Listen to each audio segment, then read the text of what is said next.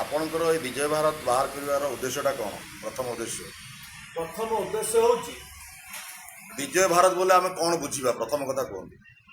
ଭାରତ ବର୍ଷରେ ଥିବା ବିଭିନ୍ନ ସମସ୍ୟାକୁ ନେଇ ଆମେ କେମିତି ବିଜୟ ପ୍ରାପ୍ତ ହେବ। କୋଉଥିରେ ଆପଣ ବିଜୟ ପ୍ରାପ୍ତ କରିବାକୁ ଚାହୁଁଛନ୍ତି?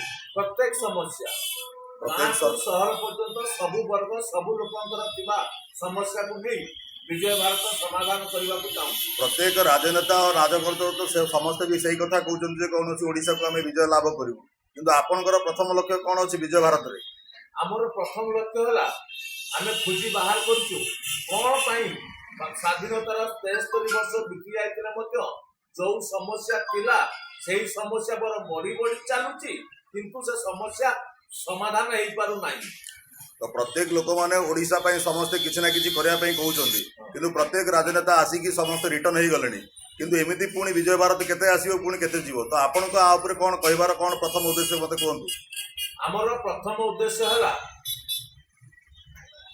ଭାରତ ବର୍ଷରେ ଯେତେ ସମସ୍ୟା ଅଛି, ମୁଖ୍ୟ ସମସ୍ୟା ଗୁଡ଼ିକ ହେଲା ଭାରତ ଏକ କୃଷି ପ୍ରଧାନ ଦେଶ।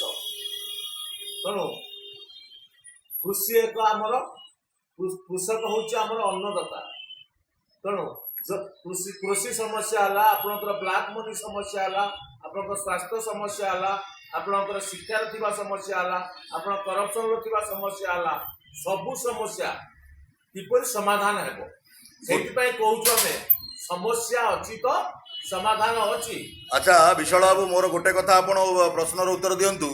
ଗୋଟେ ଲୋକ ବିଜୟ ଭାରତ ବୁଝିବାକୁ ହେଲେ ତାକୁ କ'ଣ ବୁଝିବାକୁ ପ୍ରଥମେ ପଡ଼ିବ ଯେ ବିଜୟ ଭାରତଟା ଆମ ପାଇଁ, ଆମ ଓଡ଼ିଶା ପାଇଁ କ'ଣ ବିଜେତା କରିବ, ଆଉ ଆମେ କାହିଁକି ତାକୁ ବିଜୟ ଭାରତ ଉପରେ ଆମେ ବିଶ୍ୱାସ କରିବୁ?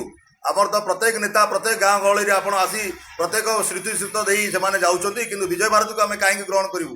ତା ପାଇଁ ବିଷୟରେ ଆପଣ କ'ଣ କହିବେ? ବିଜୟ ଭାରତକୁ ଗ୍ରହଣ କରିବେ ଏଇଥିପାଇଁ ଲୋକଙ୍କ ପାଖରେ ଆଉ ଅନ୍ୟ କିଛି ଉପାୟ ନାହିଁ।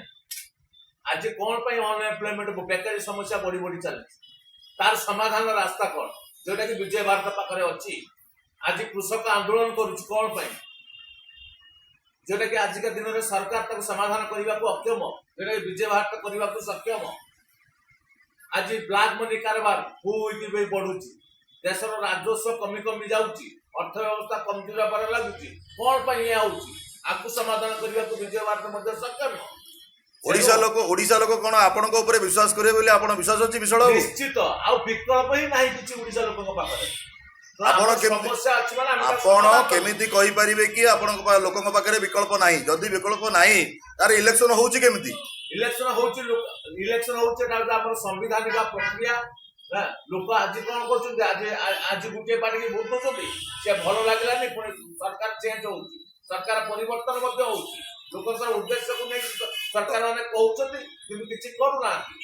ଆଚ୍ଛା, ମୁଁ ଚାହୁଁଛି ଆପଣ ଲୋକଙ୍କ ଆଗରେ, ଲୋକଙ୍କ ସମ୍ମୁଖରେ, ମିଡିଆ ଆଗରେ ଆପଣ ବିଜୟ ଭାରତର ସିଧା ସିଧା କଥାଟା ଆପଣ କୁହନ୍ତୁ, ଲୋକ ଯେମିତି ଆପଣଙ୍କୁ ଗ୍ରହଣ କରିବେ। ସିଧା କଥା ହେଲା, ଯଦି ଆମେ ଆମ ଦେଶକୁ ଏକ ଶକ୍ତିଶାଳୀ ଦେଶ ରୂପେ ଛିଡ଼ା କରିବାକୁ ଚାହିଁବୁ, ଲୋକଙ୍କର ଆର୍ଥିକ ପରିସ୍ଥିତି କିପରି ସଦୃଢ଼ ହେବ, ଲୋକମାନଙ୍କର ବେକାରୀ ସମସ୍ୟା କେମିତି ଦୂର ହେବ, ଯଦି ବିଶ୍ୱରେ ଥିବା ଅନ୍ୟାନ୍ୟ ଦେଶ ସହିତ ଶାସନ ବ୍ୟବସ୍ଥା ସରକାରଙ୍କ ଆଉ ଆମ ଦେଶ ସହିତ ତୁଳନା କରାଯାଏ ତ ବଡ଼ ପାର୍ଥକ୍ୟ ଦେଖିବାକୁ ମିଳୁଛି।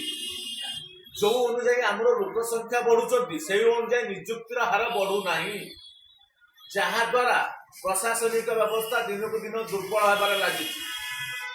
ପ୍ରଶାସନିକ ଅବସ୍ଥା ଦୁର୍ବଳ ହେବା ଦ୍ୱାରା ସରକାର ବାଧ୍ୟ ହୋଇ ଉକ୍ତ ସଂସ୍ଥାକୁ ଘରୋଇକରଣ କରୁଛନ୍ତି, ପ୍ରାଇଭେଟ ହାତକୁ ବିକୁଛନ୍ତି, ଯାହାଦ୍ୱାରା ଦେଶର ଅର୍ଥବ୍ୟବସ୍ଥା ଆହୁରି ଦୁର୍ବଳ ମଧ୍ୟ ହଉଛି। ତେଣୁ ଆମର କହିବାର ମାନେ ଯଦି ବିଶ୍ୱରେ ନିଯୁକ୍ତିର ହାର 24%, ଆମ ଦେଶରେ କ'ଣ ପାଇଁ 3% ଅଛି? ତେଣୁ ବିଜୟ ଭାରତର ସ୍ଲୋଗାନ ହଉଛି ନିଯୁକ୍ତି ଅଛି ତ ବିକାଶ ଅଛି। ଯେ ପର୍ଯ୍ୟନ୍ତ ଭାରତ ବର୍ଷରେ 20% ଉପରେ ସରକାରୀ ନିଯୁକ୍ତିର ହାର ନ ହେଇଛି ସେ ପର୍ଯ୍ୟନ୍ତ ଆମ ଦେଶର ବିକାଶ ଅସମ୍ଭବ।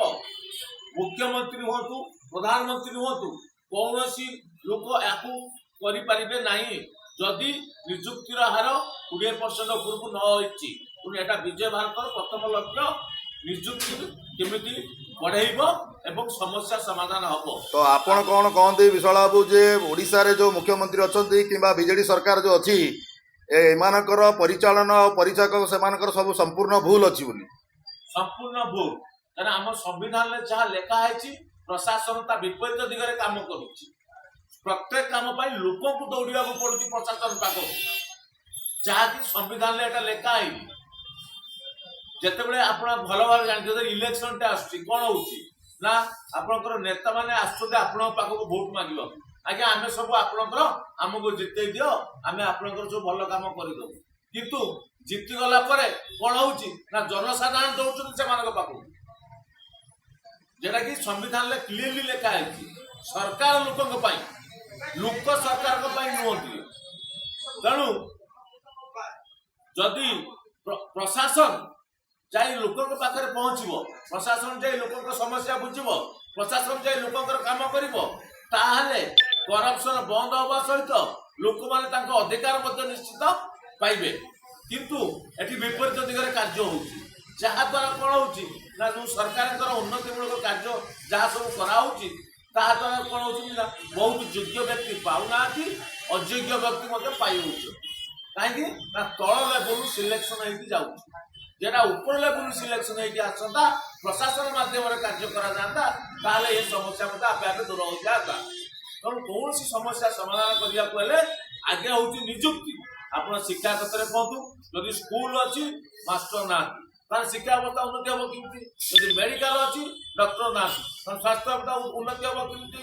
ଯଦି ଆପଣଙ୍କର କୃଷକ ଜଣେ କୃଷି କରୁଛି, କୃଷକର ମୁଖ୍ୟ ସମସ୍ୟା ହଉଛି କୃଷିଜାତ ମୂଲ୍ୟର ଦ୍ରବ୍ୟର ବୃଦ୍ଧି ଏବଂ ଦ୍ୱିତୀୟ ମୁଖ୍ୟ ସମସ୍ୟା ହଉଛି ତାର ଯୋଉ ମୂଲ୍ୟ, ଉଚିତ ମୂଲ୍ୟ ସେ ଆଜି କାହିଁକି ପାଉନାହିଁ। ଆଚ୍ଛା ଉଚିତ ମୂଲ୍ୟ ଦବ କିଏ? ଜଣେ ବେପାରୀ ଯାଉଛି କହୁଛି ମୁଁ ଏଇ ରେଟରେ କିଣିବି, କୃଷକ ମଜବୁରରେ କମ ରେଟରେ ତାକୁ ବିକୁଛି। କାରଣ ସରକାରଙ୍କ ପାଖରେ କିଛି ବିକଳ୍ପ ନାହିଁ କି କଣ କଲେ ଗୋଟେ କୃଷକ ତା ଫସଲର ଉଚିତ ମୂଲ୍ୟ ପାଇବ, ଯାହା ଦ୍ୱାରା କୃଷକର ଆଗ୍ରହ ବଢିବ କୃଷି କରିବାକୁ। ତାହେଲେ ଆପଣ ବିଶାଳ ବାବୁ କହୁଛନ୍ତି ଯେ ଓଡ଼ିଶାର ଯେତିକି ଯାକ ତାଙ୍କର ଅଛନ୍ତି ସବୁ ରାଜନୀତି ସବୁ ଯାକ ସମ୍ପୂର୍ଣ୍ଣ ଭୁଲ ବୋଲି? ସମ୍ପୂର୍ଣ୍ଣ ଭୁଲ। ସେମାନେ ରୋଗ ନ ଜାଣିକି ମେଡିସିନ ଦେବାକୁ ଚେଷ୍ଟା କରୁଛନ୍ତି, ଯାହା ଫଳରେ ଆମର ସମସ୍ୟା ଦୂର ହେଇପାରୁନାହିଁ। ସପୋଜ ମୁଁଟା ଆପଣ ଆଚ୍ଛା ଠିକ ଅଛି, ଆପଣଙ୍କ ପାଖକୁ ଆମେ ପୁଣି ଫେରିବୁ, ପୁଣି ଆମ ଷ୍ଟୁଡିଓକୁ ଆପଣଙ୍କୁ ଡାକେଇବୁ।